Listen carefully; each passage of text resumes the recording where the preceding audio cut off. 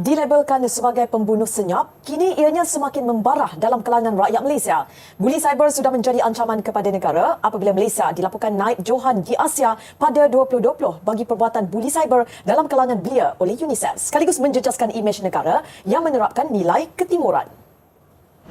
Statistik membimbangkan itu membawa reaksi yang rata-ratanya mahu netizen buka mata natijahnya buli di alam maya kepada mental seseorang. Maklumat di hujung jari perlu dimanfaatkan ke arah kebaikan, bukannya sebagai keyboard warrior.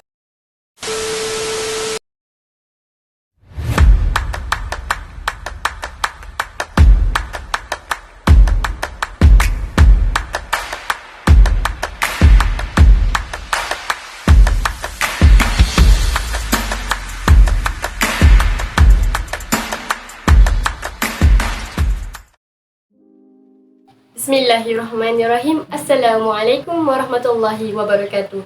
Bertemu kita dalam gelangan forum pada kali ini.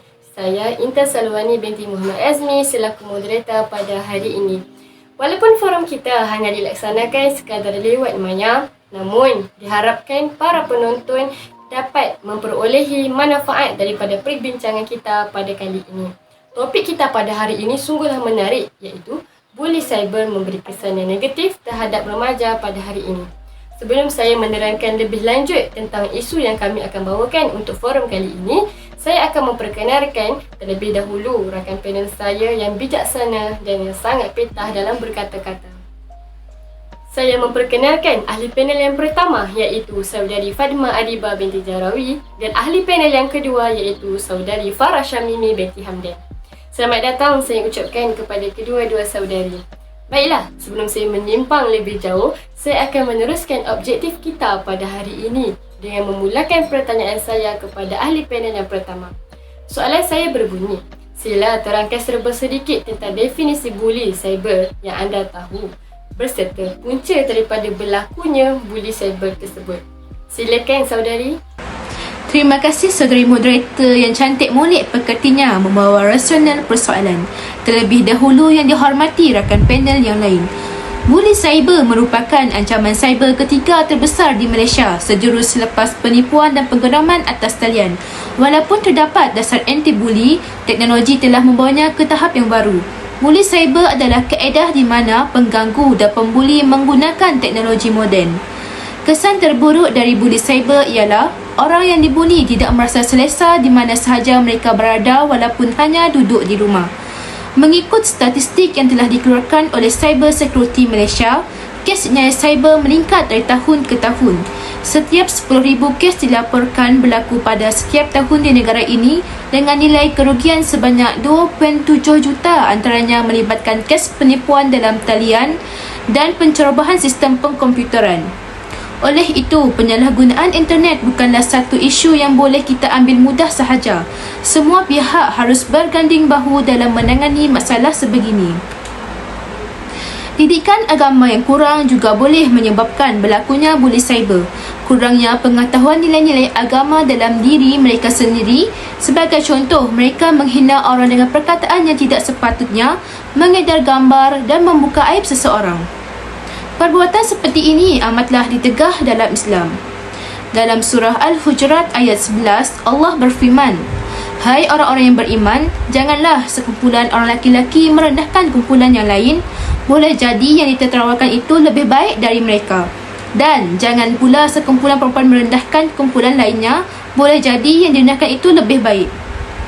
Hal ini boleh menyebabkan mangsa mengalami tekanan emosi yang sangat teruk dan jika dibiarkan, mangsa kemungkinan akan mengambil keputusan drastik seperti membunuh diri. Kesimpulannya, kurang mendapat perhatian yang cukup daripada keluarga dan insan terdekat dan kurang pengetahuan nilai-nilai agama turut menyumbang kepada faktor kes cyberbuli ini. Saya serahkan kembali kepada saudari pengerusi. Terima kasih atas huraian yang diberikan daripada ahli panel yang pertama. Sebentar tadi, ahli panel kita telah pun menjelaskan tentang kes jenayah cyber yang meningkat dari tahun ke tahun. Dan perkara tersebut terjadi disebabkan didikan agama yang kurang dari individu itu sendiri. Seterusnya, bolehkah saudari ahli panel yang kedua memberikan penerangan yang lebih lanjut tentang isu yang dibawakan berserta puncanya?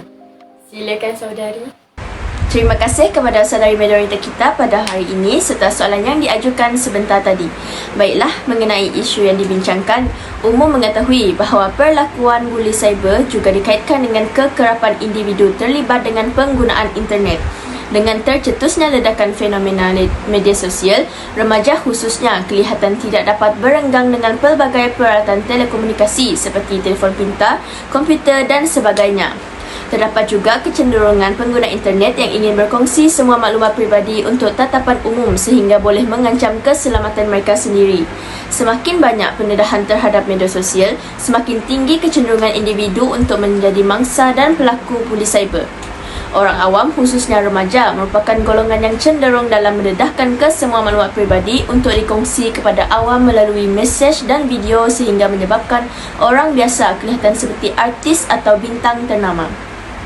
Tambahan pula, mereka akan cuba menonjolkan maklumat yang dijangka, diterima dan dianggap normal sedangkan ada kalanya ia merupakan sesuatu yang sukar untuk dilakukan. Remaja yang mempunyai akses kepada pelbagai teknologi akan meningkatkan risiko sama ada menjadi pembuli cyber atau mangsa buli cyber, termasuklah peralatan teknologi yang digunakan tanpa pemantauan ibu bapa seperti telefon bimbit, komputer riba dan komputer peribadi yang digunakan dalam bilik. Kekerapan menggunakan peralatan teknologi akan mendedahkan remaja kepada tingkah laku buli. Terdapat kajian yang dilakukan oleh Carter dan Wilson pada tahun 2015 yang mendapati sebanyak 68% mangsa buli kerap menggunakan laman sosial seperti MySpace, Facebook dan Twitter.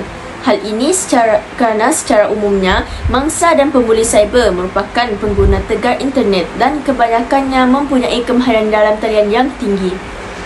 Kesimpulannya, ketagihan terhadap peralatan teknologi dan kemudahan internet sedikit sebanyak menyumbang kepada gejala buli cyber. Saya serahkan kembali kepada saudari moderator.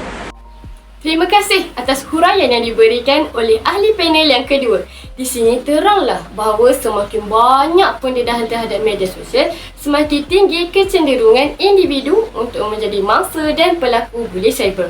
Walaupun terdapat banyak isu yang kita boleh bawakan kepada isu buli cyber ini, mesti ada jalan penyelesaian yang kita boleh lakukan untuk menangani isu ini.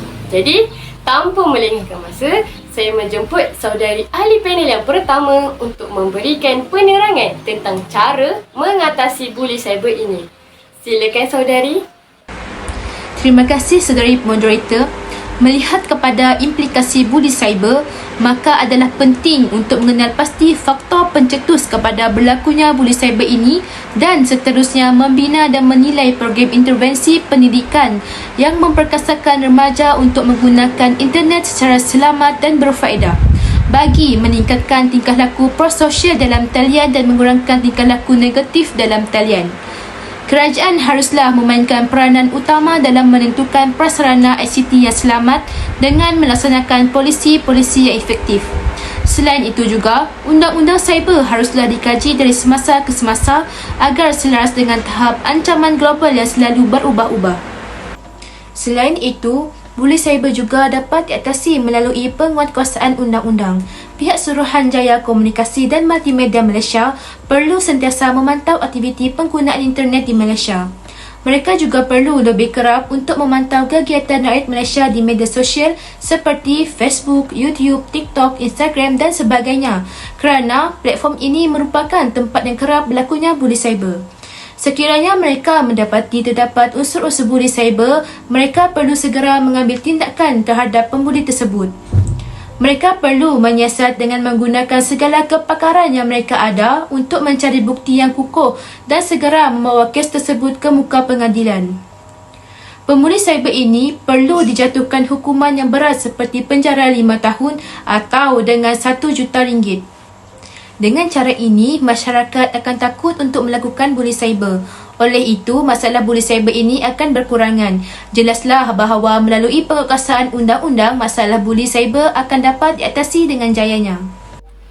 Panel pertama kita tadi telah pun menjelaskan bahawa penentuan prasarana ICT yang selamat akan dapat membendung isu ini.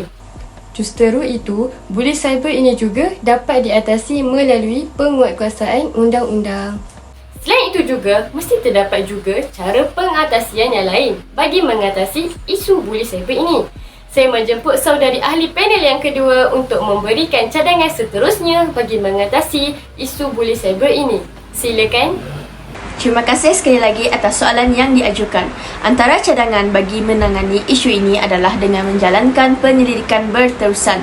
Penyelidikan berterusan perlulah dijalankan dengan menggunakan pelbagai metodologi bagi menyelidiki punca, ciri pelaku dan mangsa termasuk juga mereka yang menjadi saksi kepada buli cyber. Kajian perlu mengenal pasti siapa, mengapa dan kepada siapa serta kesan buli cyber agar pencegahan intervensi dapat dilakukan. Selain penyelidikan secara kuantitatif, dicadangkan juga kajian temu bual secara individu dan kumpulan fokus dijalankan untuk melihat perspektif mereka yang terlibat serta lebih memahami apa yang mereka alami. Kajian juga dicadangkan agar mengenal pasti jaringan sosial yang kerap digunakan oleh remaja yang menjadi mangsa buli cyber ke arah merancang intervensi kolaboratif dan program pendidikan yang melibatkan ibu bapa, pihak sekolah dan pemimpin setempat.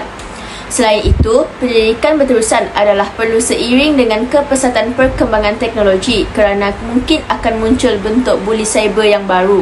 Misalnya, terdapat beberapa istilah baru yang muncul berkaitan dengan buli cyber.